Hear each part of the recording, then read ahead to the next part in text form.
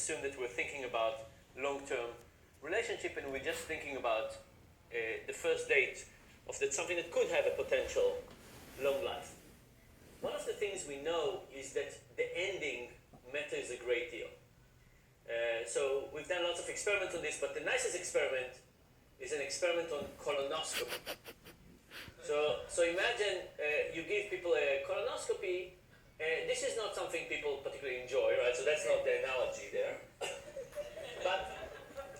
But you have two types of colonoscopy, and colonoscopy, sorry to give you the details, but colonoscopy, the unpleasant moment is where you go around the curve.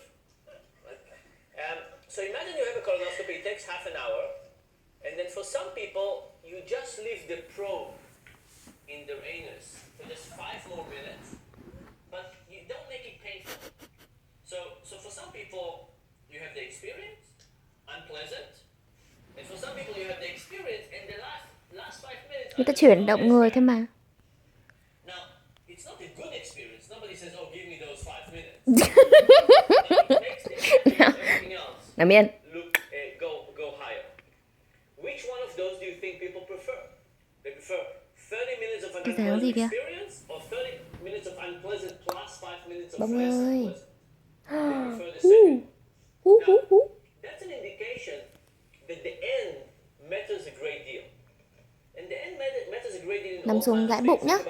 How do we end the dinner? We end it with a Nghe cái gì? we end it with something extra. Nằm xuống gãi bụng cho. How would you want Nằm to xuống gãi end bụng. the vacation? You want to end it on a Nằm high xuống gãi note, bụng nha. not getting home and Không cắn tay, không cắn tay.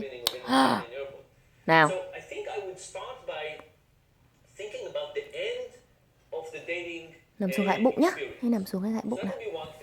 Nằm xuống. The second thing is that really sadly,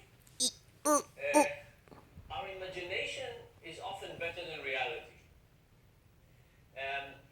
So think about something.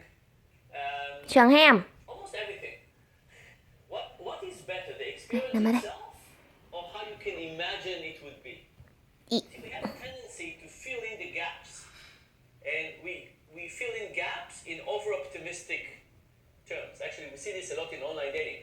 People read profiles of people on online dating. Không cần đâu nhá. Nào. And they say, wow, this person likes music. They must love the kind of music I like. It's fantastic. And then, of course, they meet for coffee and get disappointed. So I would say the last moment is incredibly important. And on top of that, leaving something to the imagination would be extra useful. So that's one thing.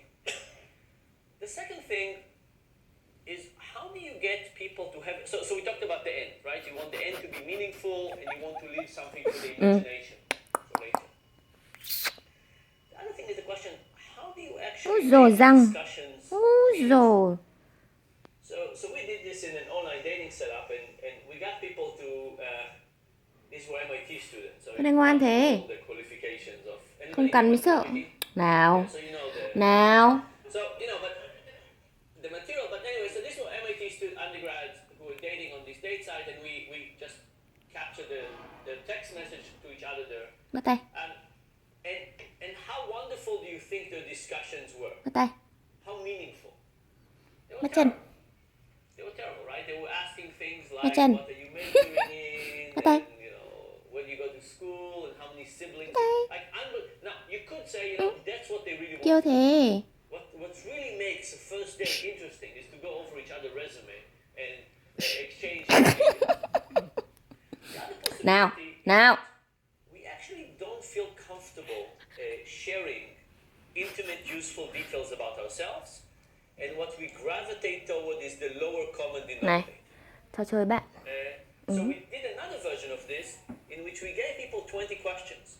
And we told people, look, you can't ask anything you want. You have to pick from those 20 questions. And the other person knew that they could only pick from those 20 questions, right? So if we have a first date, Bông ơi. I start by saying, Logan, what's your most interesting sexual fantasy? A little hard, right, to start a discussion like that. Because it violates some rules about conversation. Where you expect people to start by saying, where do you go to school, how many... But